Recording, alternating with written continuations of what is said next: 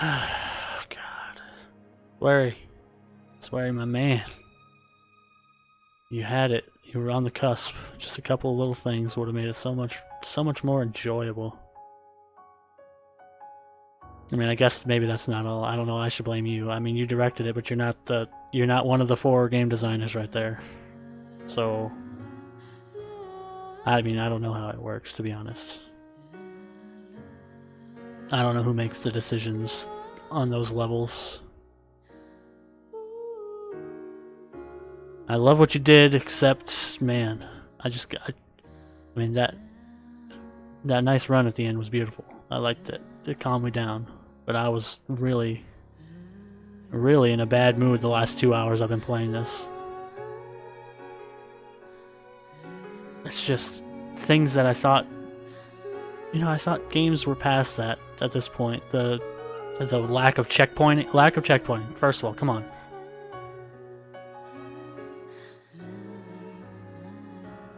I mean, if I'd done that ending bit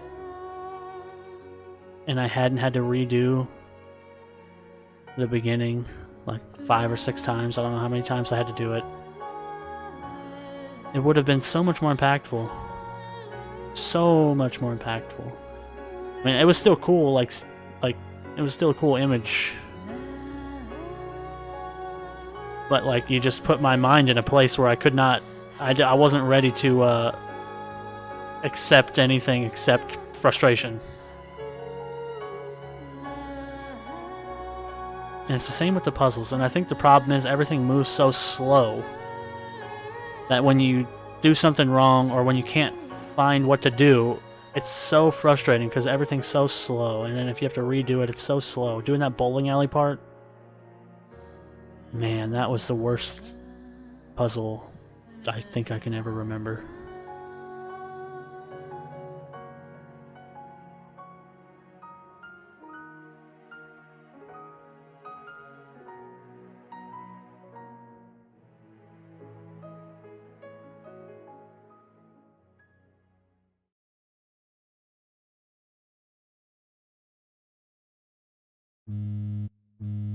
Okay, I knew there had to be something. Oh, it's my playtime. 5 hours and 5 minutes.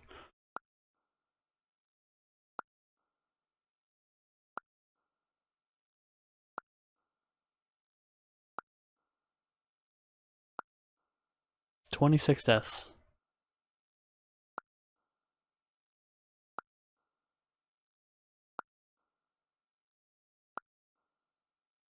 Oh, favorite place, rabbit bowling. That's very funny, guys. That's very fucking hilarious.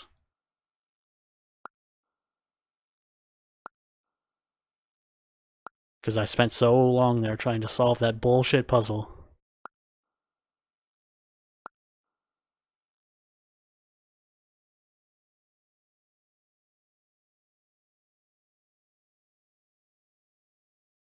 Yes, I understand. Okay, look. As I was saying, I think the story is fantastic. Yes, it was heavily foreshadowed. I mean, I pretty much guessed what was happening. Oh, we're going to do something different, or is this just the title screen again? Okay, it's just the title screen. I mean, you could pretty much guess. I mean, I think I did many times that she must have been in a coma, and then closer to the end, I connected the razor blade with the cutting the wrist thing and stuff. Okay. But that's fine, and it's not a problem. I like it. I like putting things together. It's not like, even if it's obvious, it makes me feel smart, which is great. And I like the story. I like that it's about. I like the themes, and I like the characters you wrote. Characters you wrote in the texts were all very interesting. Like, I was invested. But I'm not invested enough to ever go back and get all the donuts to unlock the rest of the conversations. I mean, I'd love to if the game was not so annoying. I'm motivated enough to go look it up and watch a YouTube video. That's definitely going to happen, but to actually play this game again? No, I'm not going to play this game again. It's just too frustrating. Even though I technically know all the solutions, it's still executing is so slow and just imprecise feeling that I would not want to put myself through that.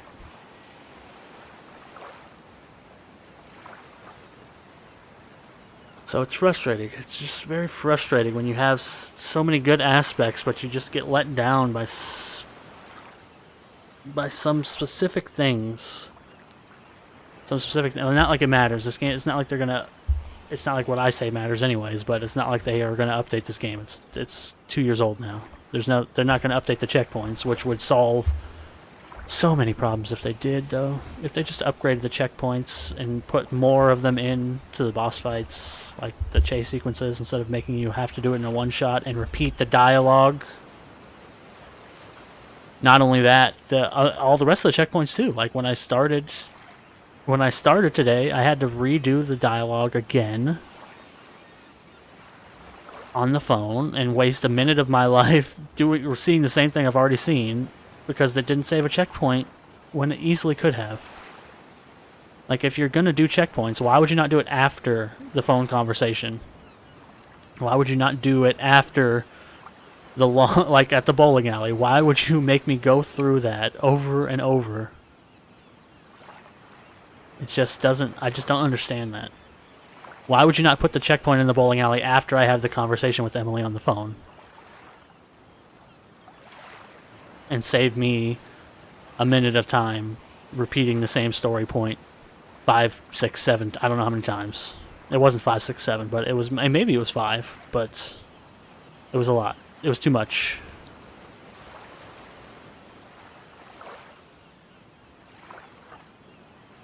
And maybe, and the other thing I would say is, how about some hints?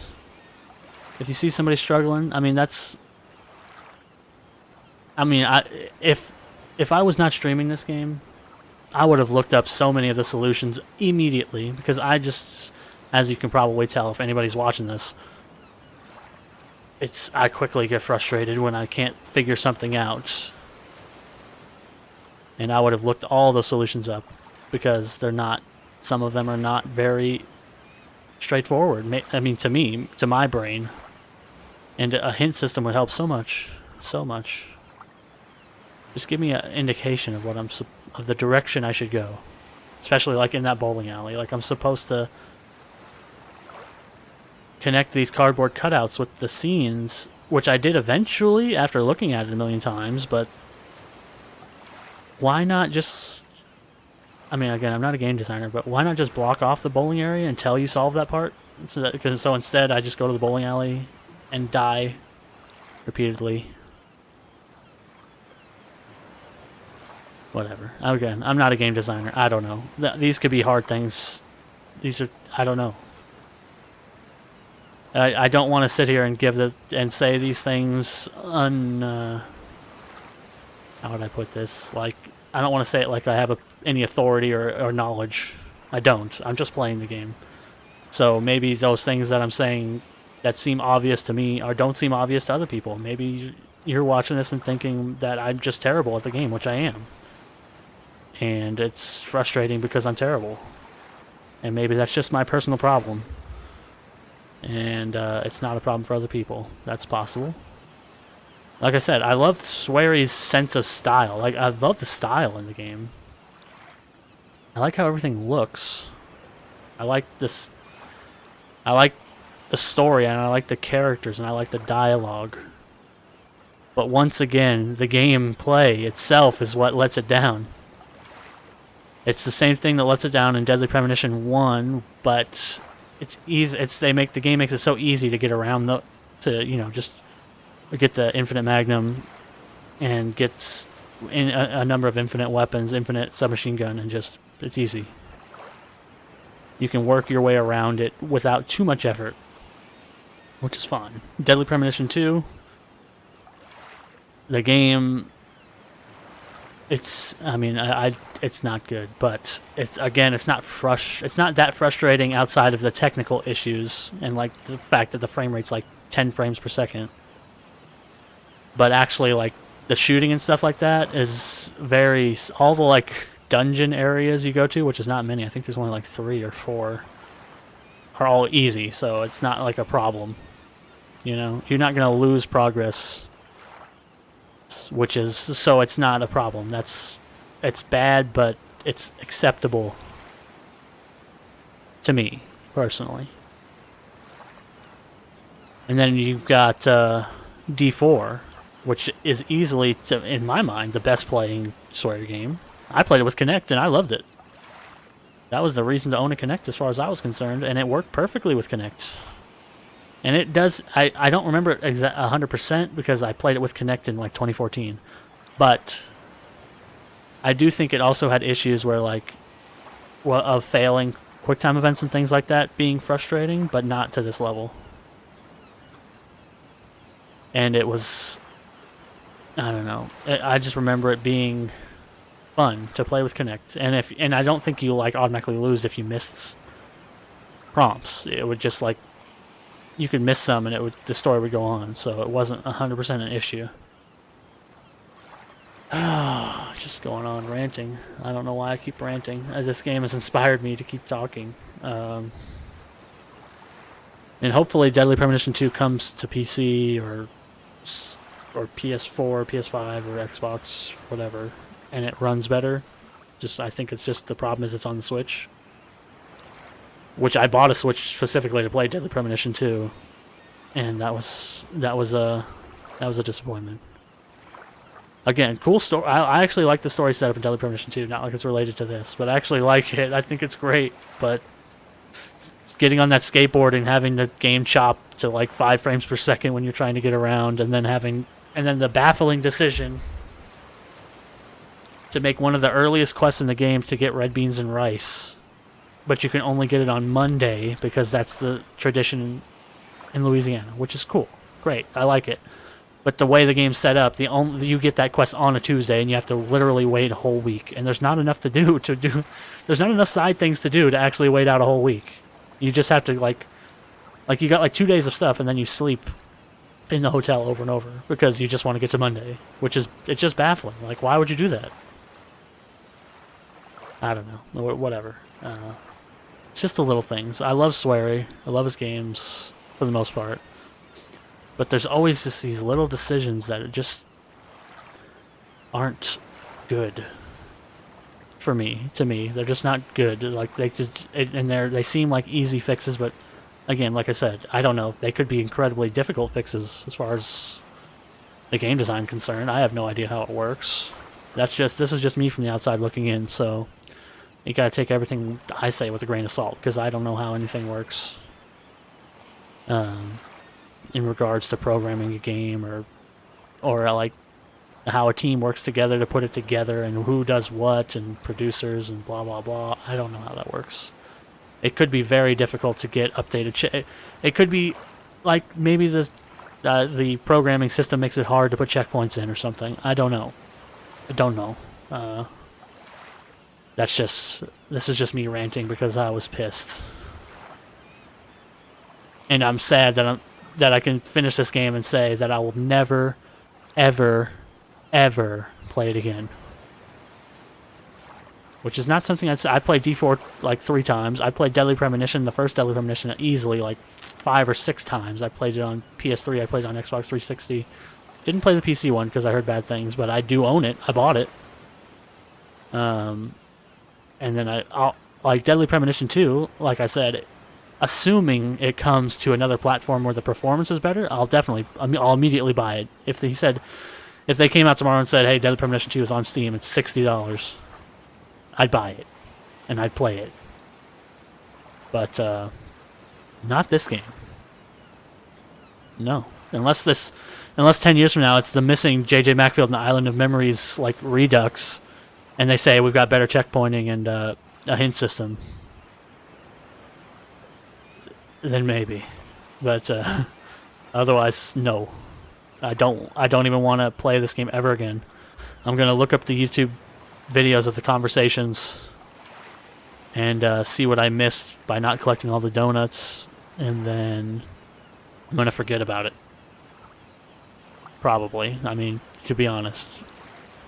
Although I do actually, that's not fair, because I actually think the story is really cool.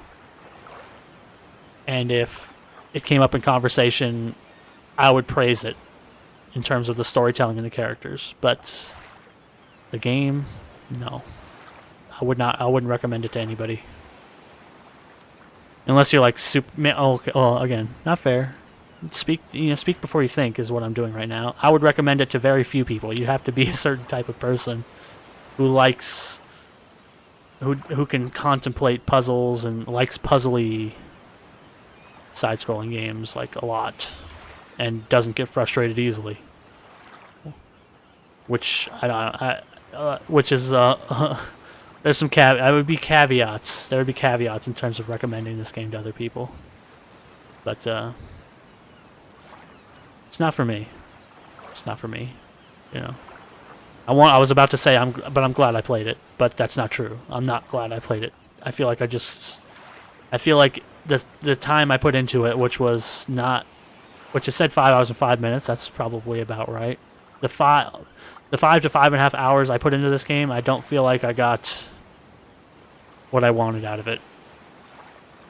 You know, again, I like the story, but I just don't feel like. I'm not coming off this as an experience that I would look back on positively. I'd look back on it negatively. Anyways, I should stop talking. I'm just going on and on. That was The Missing, J.J. Macfield, and the Island of Memories, a sweary game that I skipped over playing when it came out and bought on sale, and regret doing that. Honestly, there was a lot of praise for this game. There were a lot of good reviews, which is, I mean, it makes total sense in my mind. I'm not the kind of, this is not the game for me. It's not my kind of game. I dislike strongly the puzzle platformer. But I had hope that maybe because Swery made it, I would overcome it. But can't say that I did. While I enjoyed it, I enjoyed the narrative side. I enjoyed every second when I wasn't pushing the buttons myself. I enjoyed. But once the controls were in my hands, it was nightmarish.